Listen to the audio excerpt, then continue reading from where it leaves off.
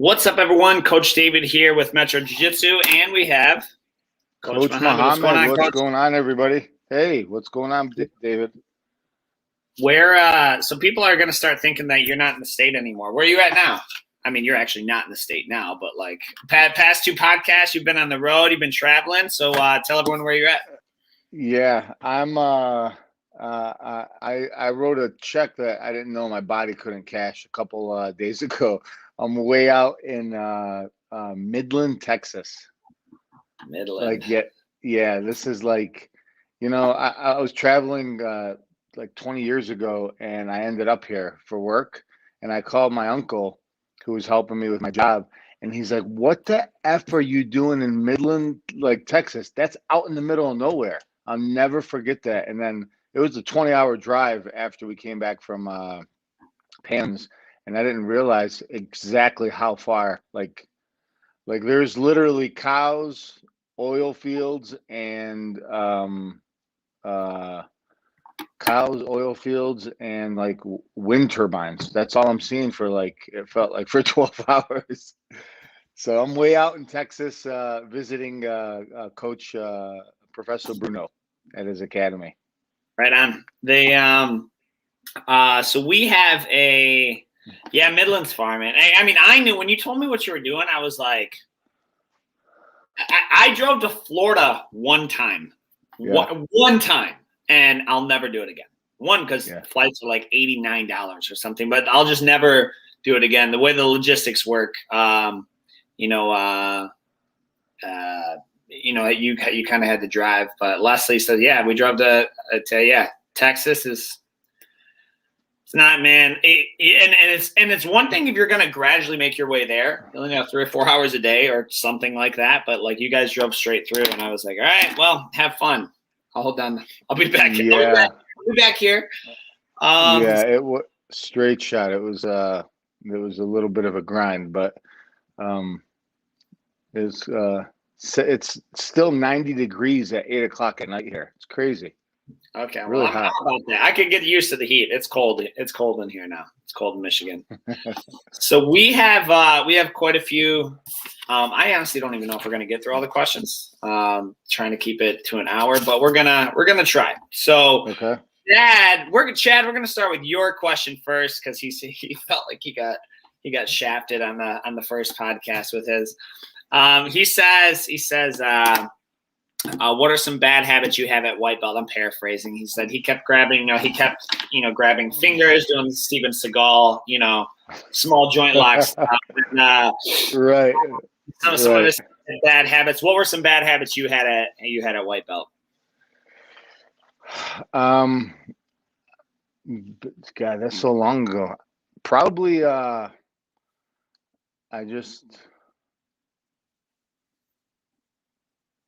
Do you realize how long white belt was ago for us? I remember it pretty well. Yeah, I remember. Freaking time. I remember it pretty well. Yeah. Trust me, I was far from the perfect white belt, but I don't remember hearing from the people around me, "Hey, you got this bad habit and that bad habit." I don't remember being like coached as a white belt. It was probably just overtraining, maybe. Overtraining? Yeah. Overtraining, yeah. I went into jiu-jitsu in very, very good shape. I just got a complete constructive surgery on my ACL meniscus. I had a cadaver put in, and the doctor's like, you'll never do martial arts again. And jiu-jitsu wasn't even in my head. But you'll lift, and you'll probably be able to play basketball again. But I rehabbed really, really aggressively, and like 18 months later, I found jiu-jitsu. So, and I was hungry at the time, so probably I was so happy and excited that I could do something so physical, just overtraining, Mine would probably be. I don't know. I was kind of spazzy, yes, because I started at 19. I was young. Do you remember Jerry, truck driver Jerry? He was like I don't know if he ever got purple, but he did. I think he did. For a little bit. I remember Jerry. Yeah. Yeah. So I feel like I run it. Yeah, go ahead. Go ahead. I No, remember specifically he had me in an arm bar, and he got me in the same arm bar a few times from close guard, and so I kind of hugged his legs. Yeah. And he went for the arm bar from closed guard, so his legs were up, and I literally just front rolled, and I intentionally threw my shoulder onto his hamstring. So picture pile driving your shoulder onto the hamstring. Do you know what I would do to a white belt if they did that to me right now? Like if you just if I'm going to arm bar you and he didn't quite have it all the way locked up, and you just drop all your weight on my hamstring, I would lash out irrationally. They would remember the rest of the match, sufficient to say. So I feel bad about that. Jerry, if you're listening, bro, I apologize. I miss him, man. I remember Jerry. Wasn't he 40 back then? He was old. He was old. Because he looked like almost like if Jason Statham was had a little bit of Irish in him. That's what he looked like. Yeah. He oh my God, you nailed that. He was bald, but then had a little bit of red in his beard, and I was just spazzy. I mean, anything, and then a lot of you have to. I want to meet this, Jerry. You have to meet.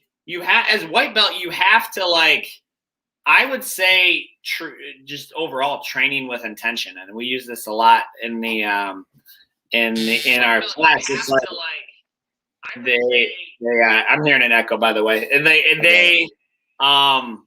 The training with intention, you come in and you want to know and learn everything, but there comes a point where you realize that you just can't retain it all.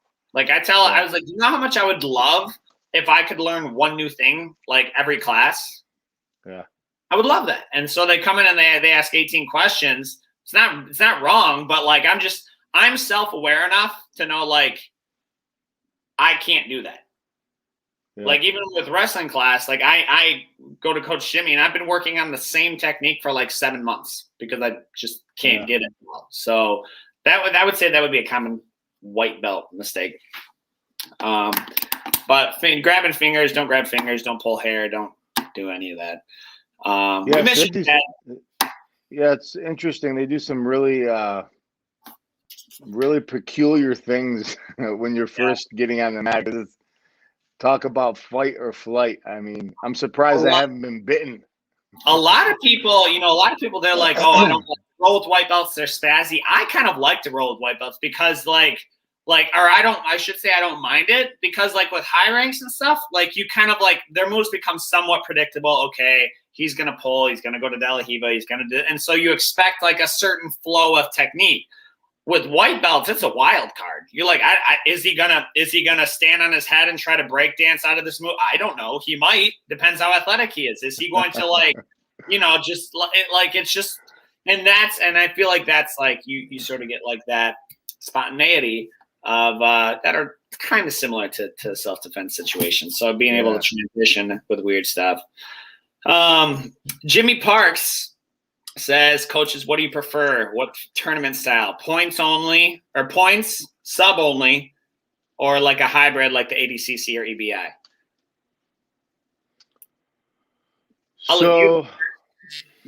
So obviously we're students of competition, and the difference in competition in the rule set makes a big difference, in how you compete and how you win a match. It's so different. Every time I go to IBJJF at the Pans this past weekend, the more that people are playing the point system, the more success that they're having. If someone's driving into you and you're voluntarily running backwards to go out of bounds, penalty. If you the funnest to watch, I don't know, is probably the sub only, for the average person. I think and there's a time and a place for that in your training, but the more rules I'm starting to learn that you put into a match, the more you have to use your head. the more you're like, this is not a fight. This is actually a technical. This is a chess match. Putting yourself in a better position and gaining points or advantages. So obviously, we've been spending a lot of time with IBJJF traveling. Our team's been traveling around the country. So I'm really becoming a student of it, and we're committed to getting some of those titles. So I like the IBJJF rule set. The more that I become a victim of it, our team, the more I like it. There's a lot of different rules, and I think that's good for an athlete to learn so many in a short amount of time, because the other rule sets, there's so less rules. It's just like roll until somebody gets tapped. I now tend to be the opposite. Like it's because you're on a slippery slope. Like I'm not against, like, we don't need a no holds barred. We don't need a no holds barred kind of fight club. But what it's becoming, specifically gi jiu-jitsu, what it's starting to look like to the untrained person looking in, you've got people you got people playing like, my go-to on a cement pavement is not going to be to invert on somebody, and that's and so I think that, like, specifically my game is stuff that I want something that's simple, easy to remember in a high adrenaline scenario, and a lot of that comes from drilling and repeating it. The rules, I believe rules are appropriate for beginners. Like, the more rules, it'll definitely keep white belts. Like, someone week 3 going into like an ADCC format, that's pretty much a train wreck waiting to happen. But when you have matches, I think I told you, like, that one, we had, I forget what tournament it was, but I went against, like, it was one of my first black belt tournaments where I actually had like a decent pool of black belts, and one of which was a judo black belt, and none of them wanted to stand up. None of them wanted to get the takedown. And to me, that was like, just imagine being a professional martial artist and not being, and like, your answer to a physical conflict is to sit on the ground. Like, that's sort of my thing with it. So to answer Coach Jimmy's question, it's going to be somewhere. I don't know the ADCC EBI rules, to be honest with you. Do they involve, like, you have to get a takedown? I'd have to look them up. I mean, I know takedowns are definitely part of it. They want aggression. They want forward movement. So, yeah, I mean, well, David, you're like a kid in a candy. You're like a kid who got a new toy for Christmas. And Who's that? Well, you found takedowns. It's like, oh my God. Like, I don't want to. I got good. I started getting decent at takedown because you're right. I should preface that with, I spent 7 or 8 years exclusively pulling guard. Exclusive. Yeah. Like there was anyone who knew me, looked me up, they know there was zero chance I was going for a takedown. So that just eliminates half the how can you win? Time limits. So it would probably be, mine would lean more towards ADCC EBI. No slippery. So yeah. ADCC EBI. Sub only, I think, is cool as well. But again, even from a self-defense standpoint, I'm not always necessarily going to look for the sub. Like, sometimes I just want to get on top, like, hey, call the cops. Or, hey, like, just get on top, go get help. Like, I don't need to break someone's arm or choke them out unconscious necessarily. Yeah. A lot of times you just get on top, and then that's the end of it. Once they realize they can't get out, that's it. And that's what a lot of the rules represent. But the more stringent they get, that's my that's kind of an option. So like that's my. Well, I mean that's the whole sport aspect behind jiu-jitsu. Like every sport has its rules, and You know, that's what makes that's one of the reasons why jiu-jitsu is growing so much, is that there's becoming different structure and rule sets that people are getting behind, and it's a sport. You know, it's obviously a sport that translates immediately to self-defense, Sure. and like Right. the benefits, and how this sport is growing is like, man, I can't even, like, it's just growing like wildfire. So many, it's jiu-jitsu is changing so many people's lives, and there's different rule sets, and different parts of it are attractive to different people. You got to take somebody down. David Fox got to stand up with you.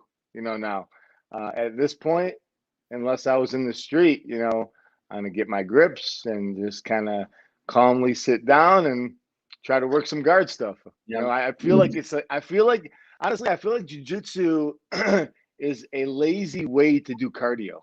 It's so easy just to sit down on your butt and start to attack somebody, and I feel like you're barely working. It's the coolest thing. Well, yeah. 15 years later, you feel like that. Like all of our white belts are they're watching this right now and just like, I feel like I'm barely working. And then they're gonna, what would be awesome if Christian's watching this, like put a plug in from our other videos, or like, jiu-jitsu is a great full body workout, Coach Mohammad. I feel like I'm barely working. Like that's gonna. That is like that is the best feeling. Like, having getting 4 or 5 rolls in, and it's like, man, I really didn't feel like I did that much work. It's such an efficient use of energy, but I'm still sweating. You're conditioned. You're extremely conditioned to the sport, to say the least.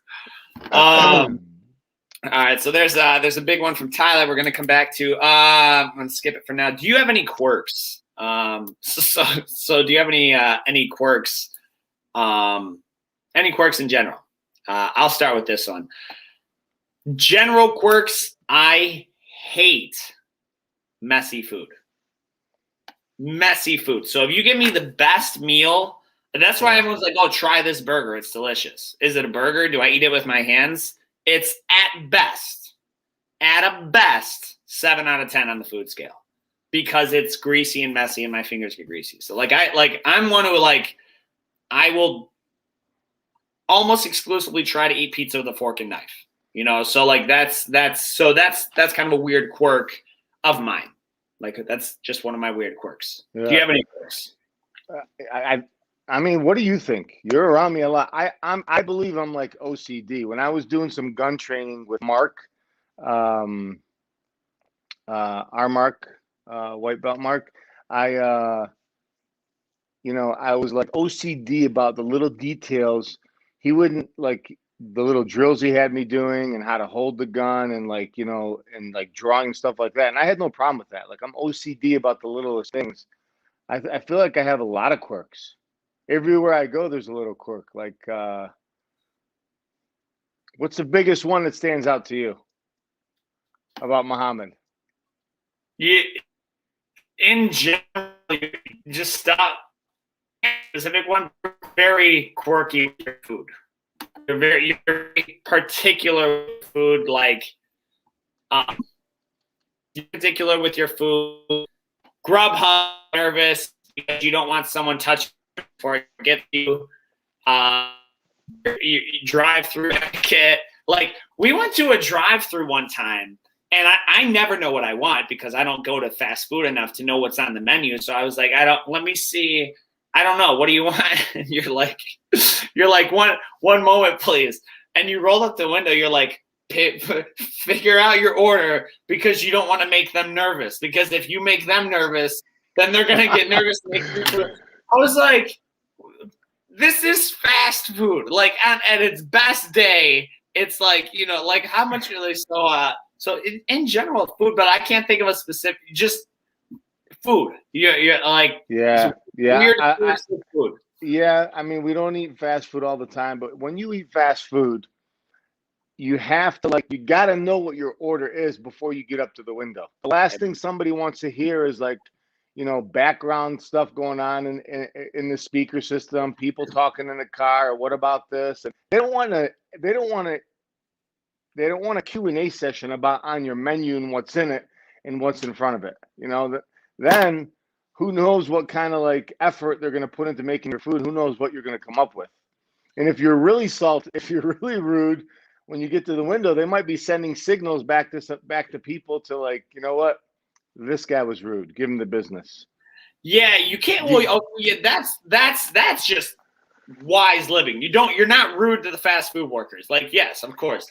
But like if I'm like, I don't know, like what is, what, I don't know the menu. What is this? Like you've literally kind of got one job. Like your job is to stand there with the mic and advise me on the menu. And if I don't know it because I don't know I like a number 6 with pickles because I don't eat enough fast food, your job is to advise me on that.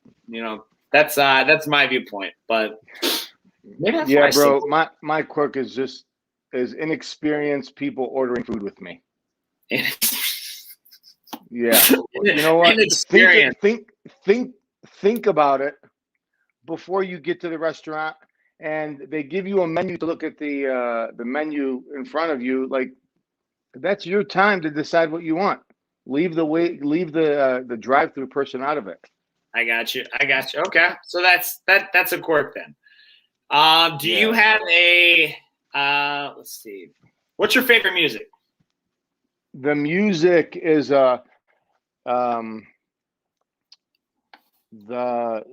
is it techno? It's freestyle Yeah, you techno. Like yeah, you definitely like EDM. Yeah, I already knew that answer. And I like I'm big on 80s too, man. I love 80s music. 80s music is good.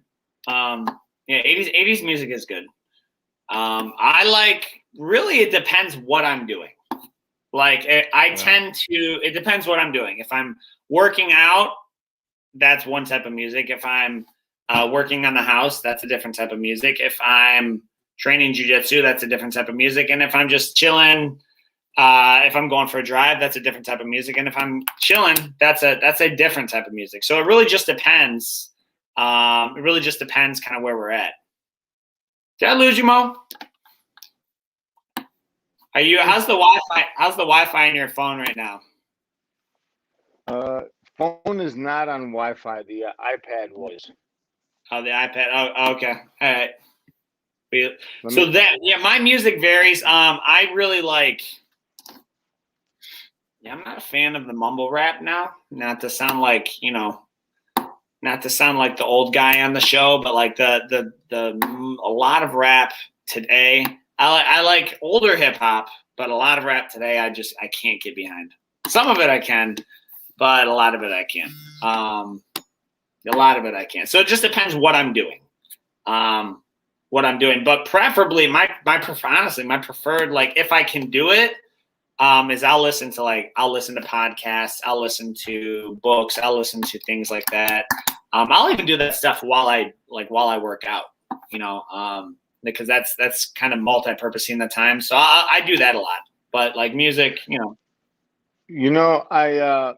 I try to take the music that I listen to when I work out everywhere else I go, even when I'm working or relaxing, because there's a time, usually, when I'm like doing my extra training, whether it be biking or lifting or whatever, and I'm working out, that's where my affirmations and all my goals are coming in, and I'm thinking about them, and I'm actually repeating them to myself every set. Gotcha.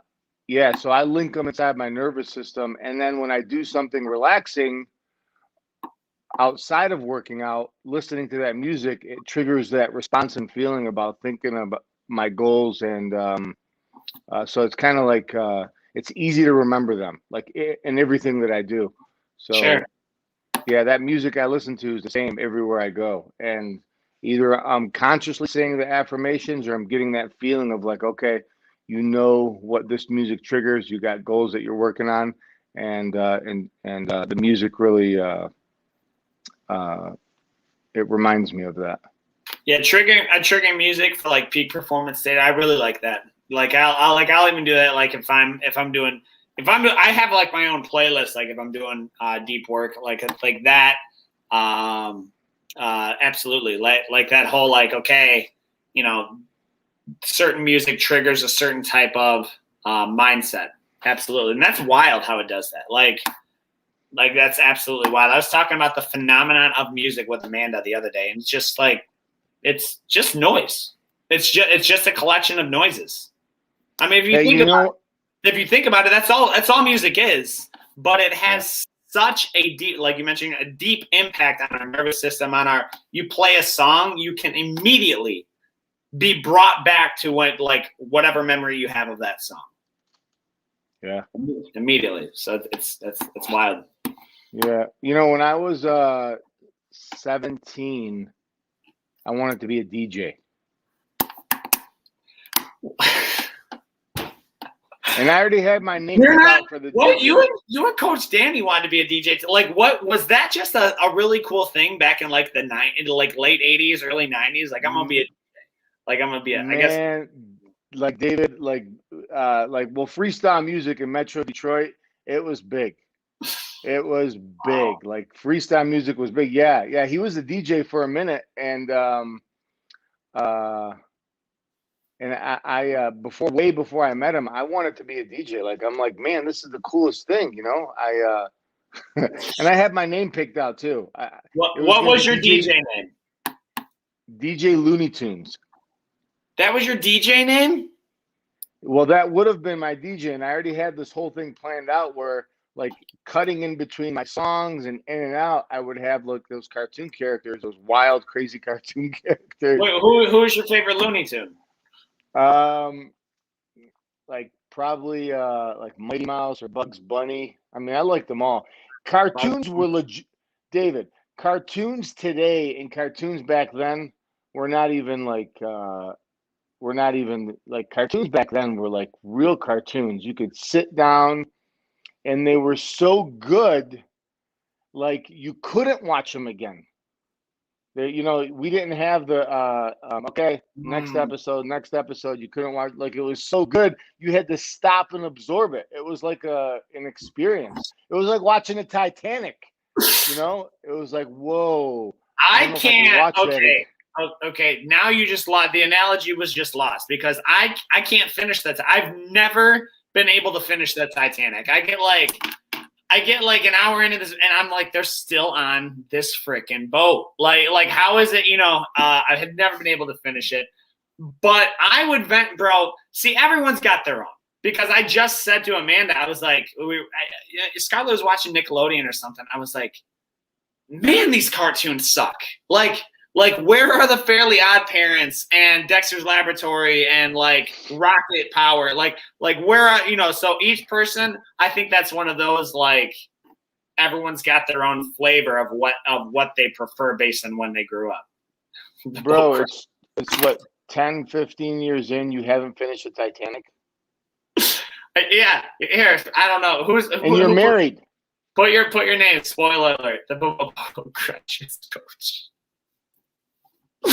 But yeah, I mean, like the Titanic, bro. You don't need to like. It's just no. It's not. I honestly don't know. It was overhyped. Like it was. I mean, it's 20 years old now. I know, but like it was overhyped. I just don't. What's that actress's name? Kate, whatever.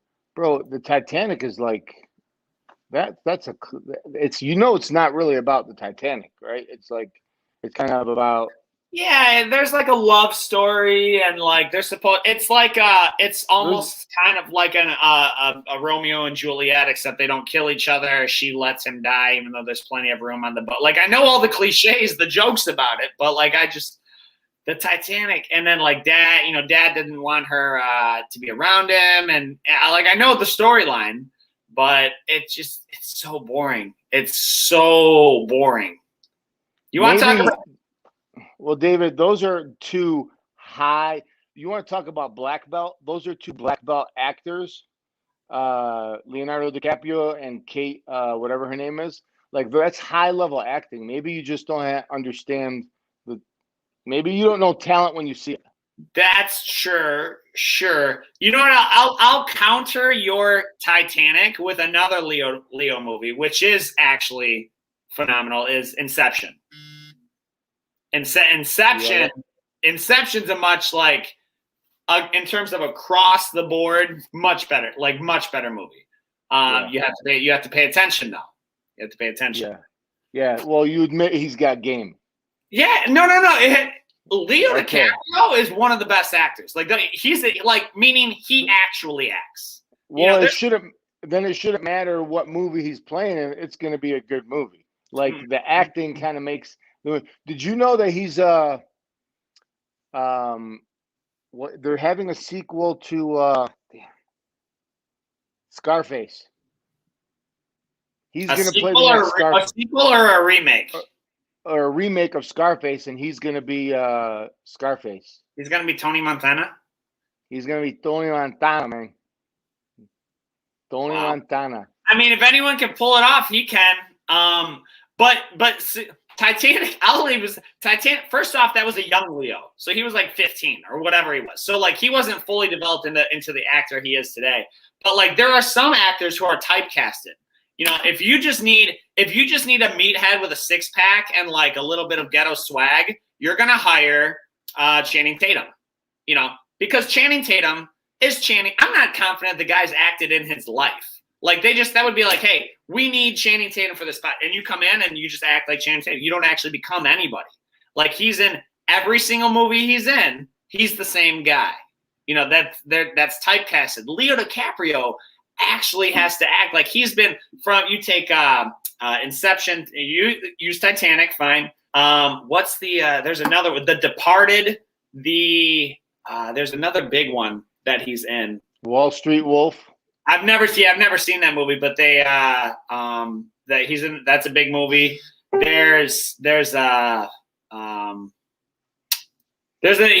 just acts and becomes whoever he's gonna be.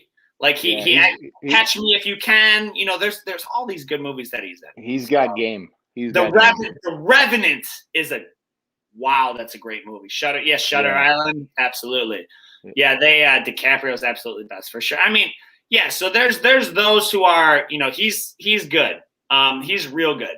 But even Leo DiCaprio couldn't redeem the Titanic storyline. Like even like with as good as he is, that storyline it just drug on. You know, it just drug on. So we're gonna have to agree to disagree on that one. That's fine, as long as I don't have to watch it. I mean, your time. You watch the movie. So let's see. How close, if ever, did you come to quitting jiu-jitsu? How close, if ever, did you come to quitting jiu-jitsu?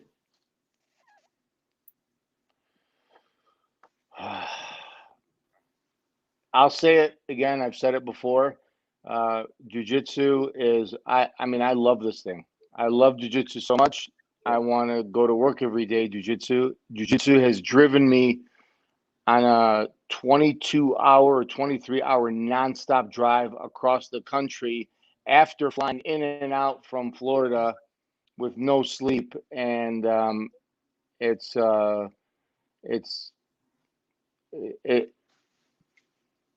has my kids competing. It has my students competing, my athletes competing. It has me going on like physical and emotional journeys with everybody. It's the hardest thing I do in my life every single day.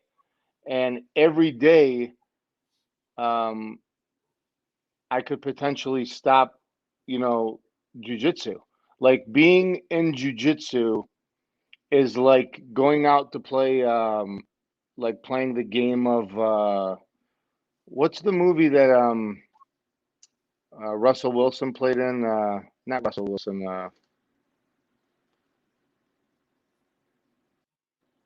Gladiator. What? Gladiator. Are you talking about Russell Crowe in Gladiator?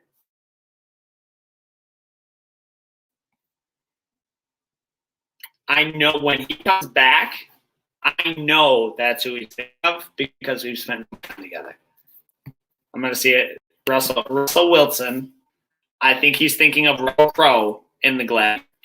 While we're waiting for him to come back, my answer to quitting jiu-jitsu, there were times when I seriously I had to reaffirm why I was training, to reaffirm why I was doing what I was doing, because I was just like, man, is there a point?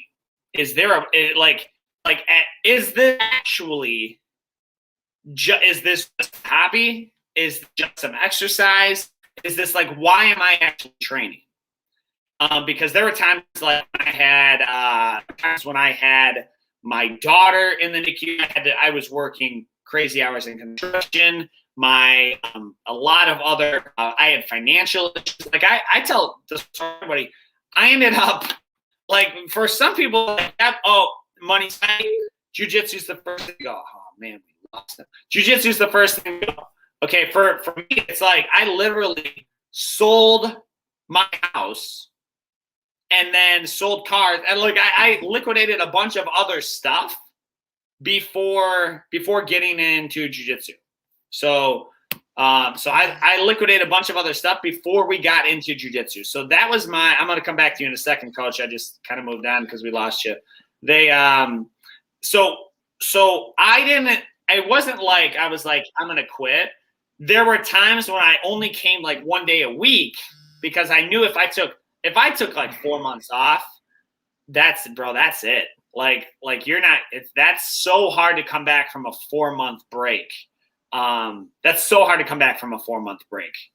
So I just knew I had to keep going. It's kind of like working out. You had to keep going, but I kept training because it was for my mental health. And I tell people all the time, who coming in for their mental health, this is why I still train. Were you thinking of Russell Crowe in Gladiator? Yeah, that's it. Okay. Yeah, that was it. Boom. I was Russell Wilson. That's a football player. When you lost you, I was like, when he comes back, watch, it's gonna be Russell Crowe in Gladiator. I know. That's the one. That's the one. So I can't. Well, let's add though. So you have a lot of you're pretty heavily invested, obviously, in the jiu-jitsu world now. I mean, obviously, you own the academy. You have your kids train. I mean, they've been training, but now you're we're actively traveling to compete, like you are now. So you're a little bit more invested. So one could say, oh, plus, it's a little bit easier. Yeah. But how about when you were just a paying student, paying for you and all of your kids to train? So was there ever I don't know if this is worth it. I don't know if this is worth the investment. Because I mentioned, it's okay to do a reality check and say, just reaffirm why you're doing something. So think back maybe 6-7 years ago. Yeah. Honestly, David, I'm a lot more invested now. It would have been easier to quit, but you have to, if you do jiu-jitsu, if you train, if you're a martial artist, you don't you do it to get the benefits, because everybody who does any martial arts or trains any martial arts ultimately knows you get to a point where you could defend yourself, or you can kick some butt, or you become really good, or you become someone who has black belt or black belt skills, or the physical portion shows. But the reason why all of us continue to do jiu-jitsu and martial arts is because of what it gives us off of the mat. So yeah, I really thought about stopping years ago, for my own reasons, but I just it was very easy to weigh, well, what has jiu-jitsu done for me in the first 3 to 5 years of my life? And I said, well, if it's giving me that much, and I knew I've wanted to do this ever since I was really young, then if I stop, then not only could I potentially lose these benefits, but I wouldn't get any future gains. Yeah. So really forecasting the financial forecast of what jiu-jitsu would give me emotionally, physically, socially, there's everything is off the mat. Yeah. And it would have been hard to let go of that, because I knew that with the little gains that I've gotten outside of the physical in the first couple of years was like, whoa, if I could feel like this in just a matter of a year or two, in 10 years and 15 years, who could I be? And that's where I really started to remind myself of who I wanted to be, what my goals were for my family, for myself. And it was like, that's what kept me from not quitting. I thought about it, but that's what kept me going. Yeah. And you were away. I kind of said along the same lines, it's just, what's the alternative? Like, I didn't play sport. I mean, I didn't play sports, but even those who did, and we talk about this, like, you're 30, 40, 50 years old, you got a wife, a kids, and a job. Like, there's not a lot of options out there for you. Like there's not a lot of options for things where you can build this community, get the physical benefits of the workout, the mental benefits that come from the actual process, the mental stimulation from the troubleshooting, and it's a superpower. Jiu Jitsu is transformational. It's the most transformational activity I have undertaken outside of my faith. Like period. And so and that includes, love you, babe, but that includes getting married, more so than getting married. More so than getting married. Getting married is a huge blessing, and living a married life is a huge blessing, but it's not transformational. Jiu-jitsu transforms you over time. Like you've seen, look at yourself 15 years ago to compare to Mohammad now, and look at David 12, 13 years ago compared to David now. Like, it's transformational. It matures you. I don't, it's going to be, of course, there's exceptions to every rule. It's going to be really, really difficult, very difficult to train jiu-jitsu consistently for a decade and not have a certain level of maturity, discipline, a great outlook, all of these other benefits and improved mental health. It's going to be really, really tough to not mature and grow in that process. So it's going to be really tough to do that. So exactly as you put it, that's it overweighs the bad. So the next question, while we wait for him to come back, man, next week we're going to be together in the same thing. So, there we go. Yeah. This question, you there, Coach? Yeah, just, you know what, for everybody listening that has not been training for 5+ years, that's why you can't quit. Because there isn't a time when somebody stepped on the mat their first week, their first month, their first quarter, their first year, where they haven't came back and said, man, jiu-jitsu, I just love this. It makes me feel so good. And for the school jiu-jitsu school owners listening, you guys know that we get it all the time. It's changed my life. I love it. I just feel so much better about myself. They're screaming all the benefits of jiu-jitsu to you. And, again, for those of you guys listening that don't have more than 3 or 5 years in, the benefit doesn't stop, because it's like you get all this money and you can do anything you want to do. You get all this emotional stimulation. It's like, I got what I need. This is it. No, it keeps going. Yeah. There's more. There's more to it. There's more. Like you can grow more and more and more when you think, oh my goodness, I never thought this was possible. There's more.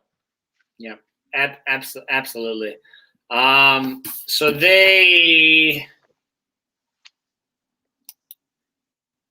all right. So why are so many new people starting jiu-jitsu?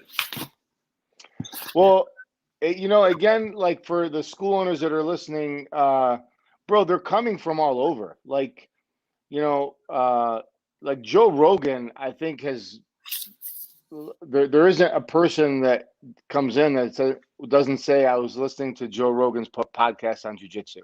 Yep. and Jocko, and one of our like marketing affiliates, I think, partnered up with him, and I think we can use him as in our marketing and advertising or something like that, right? Yeah. Yeah. So you got Joe Rogan, you got Jocko, like, big names are getting into jiu-jitsu.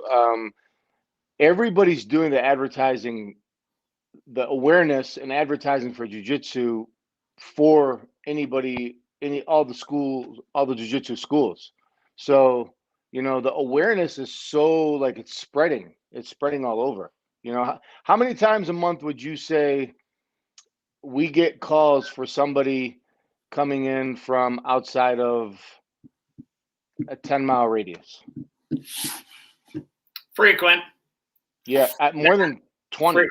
Yeah, frequent calls. Like we, because I don't answer the calls as much anymore. We got our boy Coach Christian and Coach Sarah and them handle. A lot of times they'll. But when I do, like, we'll hear them, and we've even, like, we used to get them from, like, Warren, wherever we're at, and like not everyone is crazy. Like, I used to drive from South Lyon to Dearborn to train. Like, that's like a 45-minute commute. Okay, not everyone's crazy like that. So, like, we've routinely, because look, I don't like that's gonna be hard to sustain driving 45 minutes one way. So I've routinely sent people over to other gyms. You know what, man? Go check out Allegiance over there. Allegiance, that's a good gym for you. Go check out Freedom Fitness in Brighton. That's a good gym for you. Like they like, I know the owner, tell them I sent you, whatever. So, because bottom line, what's good for the jiu-jitsu community is good for all the school owners. And so when it goes to why is it growing? Why are so many people starting jiu-jitsu? I mean, it's gaining in terms of, we'll call it market share of mainstream sports, it's a speck. But in terms of what it used to be, I mean, I feel like it's grown like tenfold, easy. Yeah. Yeah. So even in the past decade, so that's good. That's good because awareness because now it's not just like this kind of weird thing. It's like, oh, like, even when people come in, they're like, yeah, we know jiu-jitsu, it's a little bit more serious than other arts. Yeah, we know it's kind of like the next deal. Like there's like an entry level, and then there's like the next one up. And so Joe Rogan's helped, things like this podcast to bring awareness to. Are you getting paid for this hour right now? Is anyone paying you for your time? Are they going to send you a check at the end of this? No. Yeah. No. I'm doing it for the love of the game. Coach Alvarez does his coffee with Coach, like, what, every day? Yeah, man. Yeah. Oh, that's consistent. That's on public or just the private page? I believe that's public, man. That's like that. Yeah, you that's want to talk? Yeah, he's a great person to be around, by the way, because you want to talk about jiu-jitsu and why it attracts so many people. He's traveling, and while he's traveling, he took his healthy drinks, his healthy food, snacks. I don't know where he's getting all this stuff from, but he happened to he took a picture of his breakfast morning meal, and he's on the road. And I've done that before. I've lived that, and I've done that before. And to do that consistently at his level, at his age, man, it's like you ain't got nothing to prove. Yeah. Michael Jordan said what he was looking forward to most when he retired is getting a belly. I'll never forget that. And that was in his prime, because he was working his ass off. He was working so hard. And every time I see Coach Alvarez, like, still training the way he is, eating the way he is, it's like, man, like, you already proved yourself. Been top 10 or number 1 in the world ranked. He's still winning, still competing. His school, his athletes are doing good. But, like, that's one of the things I like about him is every time you're around him or you see him, it's not a temporary thing. It is who he is, and it definitely translates to his students, and I know you and I. So yeah, I just he's good for the whole jiu-jitsu community is my point, and people 100%. Like him are good for all jiu-jitsu. You don't have to be from his school, but to see how he lives, it's good for business for everybody. Absolutely. They what's up, Alan? Okay. Oh, here's a good question, and then we'll get to who or what is your competition at Metro? I'll answer first. We don't have any competition. Well, you're probably my first competition. Okay. Yeah, because you almost like, I don't. Yeah, getting my system down to work on you has been very, very, very, very challenging. I will say that. You're a sandbagger. Don't listen to him. He's a sandbagger. He's a sandbagger. And then when I decide to play stand up, I really pay for it, man, bro.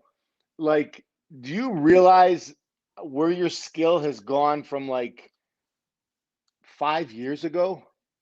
5 years ago, yeah, I didn't play any stand up. I didn't play stand up. Yeah, bro, you're difficult to deal with.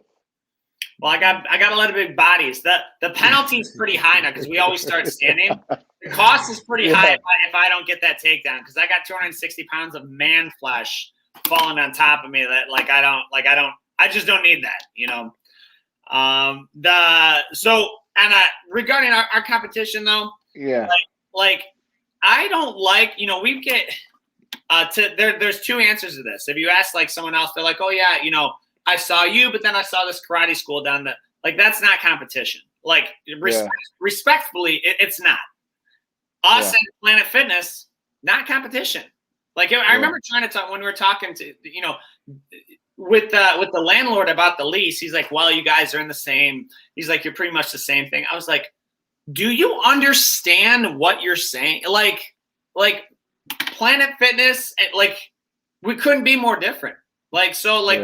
Well, you are working out. And I was like, man, so gyms aren't our competition. And then other jiu-jitsu academies, per what we just mentioned, growth for the community is good. More exposure to the community is good. Because finding a jiu-jitsu academy is not like picking out a pair of sneakers. Finding a jiu-jitsu academy is not like going to Amazon. It's not like, finding something in the store and finding it cheaper on Amazon. Okay. You need to feel comfortable with the team. You need to find a clean facility. You need to feel comfortable with the coaches. You need to make sure you can understand the instruction, that the schedule works with you. All of these things come into play. And so because we know like all the school owners, like there's only probably, I don't know, maybe 2 dozen within the immediate area region. You've got 2 dozen different personalities of coaches and everything. And so someone really, really like Coach Mike. This is one thing that I really like about Metro is we actually have the benefit of 2 sort of coaches, 2 head coaches. So we have your teaching style, my teaching style. My flavor may not be somebody's. They may like yours better and vice versa. But regardless, someone may not like either of ours. They may like someone else. And that's okay. And that's okay. Like, so long, I genuinely, with my heart, if you're going to train jiu-jitsu for 10 years because you prefer another coach's teaching style over mine, I'm happy. Yeah, that's good for everybody. I'm happy because I would say in general, like imagine if just 10% of the state started training jiu-jitsu. Yeah. You know how much nicer everybody would be? You know how less quick quick talk smack everybody would be? Yeah. You know how oh my gosh. Yeah, and you know what? Like, that's a good point, because if 20 people walk into my gym or another jiu-jitsu gym down the street and they both decide that, say, Metro's not the place for them, or the other place is not the place for them, but they go to the opposite person's gym. I'm going to use Chris Holmes because he's a friend of mine. All right. So let's say 20 people walk into Metro and they're like, you know what? I'm not feeling these guys. They're too dorky for me. And they go and they train at Chris Holmes's place down the street. And if they continue to train 5 years from now, they're going to be friendly with us and respect who we are because they understand what it takes to train. Absolutely. Yeah, they might, get the beginner's syndrome and say, "Oh, mom, our school is better than your school." But 4 or 5 years in, if they ever make it to like purple or brown belt, they're gonna say, "Oh, okay, I realize what it takes to get here to do this and continue to do it. So I have to respect them because it's not easy. It's only 4 years for me, and I quit. So yeah, man. Like the it is good for everybody. And as far as competition, in my opinion, like competition goes 3 minutes, 5 minutes in a tournament. That's where the competition is. And competition from school to school, it's not. There is no competition. Like we have no Metro Jiu Jitsu does not have any competition. And if you don't have any competition, then if you believe you don't have any competition, you won't be beat. I don't believe we have competition. I just believe we're different than other people. And so, yeah, there is nobody to compare us to. Nobody. Yeah, and that goes back to the culture. That goes back to the culture because it would be like comparing vehicles, right? If someone's in the market if someone's in the market for an F-150 and I'm selling a minivan, it doesn't matter how nice my minivan is. Yeah. They need an F-150. Yeah. Or vice versa. If someone needs a minivan, it doesn't matter how nice the F-150 is. So that's it's the culture of meeting the needs. And I do got to say that like our the school owners that we're working with some of them on some of those some of our projects, but like I genuinely hope that they do really good. Because my students need more people to compete against. The last thing I want to do is take some of my students to a tournament and they don't have anybody in their division from the other school. Absolutely. So I and they're there's some really, really good people that own some local schools. Absolutely. That are doing amazing. Their teams are growing, and so like I really hope that the schools grow because it'll be good for everybody. And like you said, if 10% of the Michigan population trained, like it would be a little bit more of a peaceful state. Absolutely. So just look at it like that. If everybody was as stimulated in this state or around the country, like there would be less of that. Bro, imagine riots and shit going on. Realistically, like imagine if 10% of the entire national population, like let's just hit a button and they train. How would that affect medical bills? How would that affect mental health? How would that affect their alcohol budget and substance abuse budget and all of these things that they use to cope with a life that they don't like? Yeah. That would be the economic shift and impact that would have would be steep. Yeah, and for those drastic. Yeah, for those of you who don't know about economics and jiu-jitsu, if you train jiu-jitsu, you become more marketable. If you train jiu-jitsu, you're more attractive to an employer. If you train jiu-jitsu, people just want you around them. And that's why it would be good for 100%. Yeah, man. If you train, yeah, definitely. So Jess has a quick question, and then we'll go into Tyler's last question. What if Coach Jimmy, I don't know if she's talking about Coach Jimmy Parks or Jimmy Swilla, shows the move differently than you guys and yours has more step? Does that make the move incorrect? No, that does not make the move incorrect. In fact, there's more than one way to skin a cat, right? Like so you can show and things a lot of times like Jess, you're in the fundamentals class. So Jimmy Parks, okay, yeah. So he's Jimmy Parks. I've gotten a lot of compliments on his fundamentals class and what he coaches, and I think it's because it's easy to we give more steps, just because we feel the need to show them. But at couple months in, like just getting there and doing the broad things to get that move, that's probably why he's showing them that way. More or less steps is not wrong, and if someone is in a coach position like Coach Jimmy is, then he's got ample experience to show. And I will say first, and when I see the experience, the fundamentals come over now to the advanced, I really, really like what I'm seeing. So it doesn't make it wrong. It would be like it would be similar than if you ask Coach Mohammad what he's going to eat, what I'm going to eat, or what Coach Jimmy's going to eat. What we order, they could all be healthy options, just different flavors. So it doesn't mean like we all have to follow the same thing. That's what's cool about jiu-jitsu is you can custom tailor it to your body, and so that's an answer to that question. Tyler Bilecki says, what is the 5-year plan for Metro? Well, we can't give away we can't reveal everything, but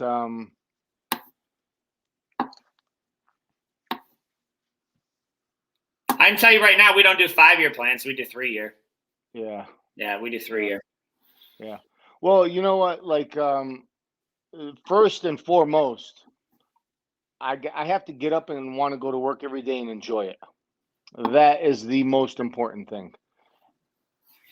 And everything after that is, if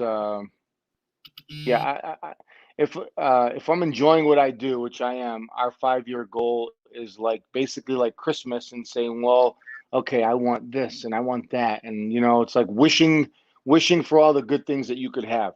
So our 3 and 5-year goals include growing Metro and growing our family and extensions of our family to grow the community, to grow our school, to grow our competition team, so grow our school, grow our competition team, and grow our extension of our Metro family. Absolutely. And I would say to obviously grow that, impact the community the way that we have, though. Like we've got, there's some people even watching right now. Like we have jiu-jitsu and Metro. We have seeing firsthand the impact that it's had on people's lives. We've got people who have had transformational weight loss. We've had people who are in recovery and they use jiu-jitsu to stay sober and help them stay sober and keep them accountable. So all of those things, when we keep the people and the team and the members at the forefront of what that looks like, that's always going to be our sort of our why. And then if that's our why, the what is just going to be to sort of scale that. The what is going to be to sort of to grow that and scale that. But I will, and I know I speak for Coach Mohammad as well. Like I won't compromise. I won't compromise that why. I won't compromise that why.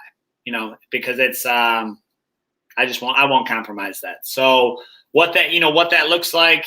3 years, I really hope to have some more purple belts. I hope to have a brown belt. Yeah. And just kind of, mature the gym that way. That's one thing you can't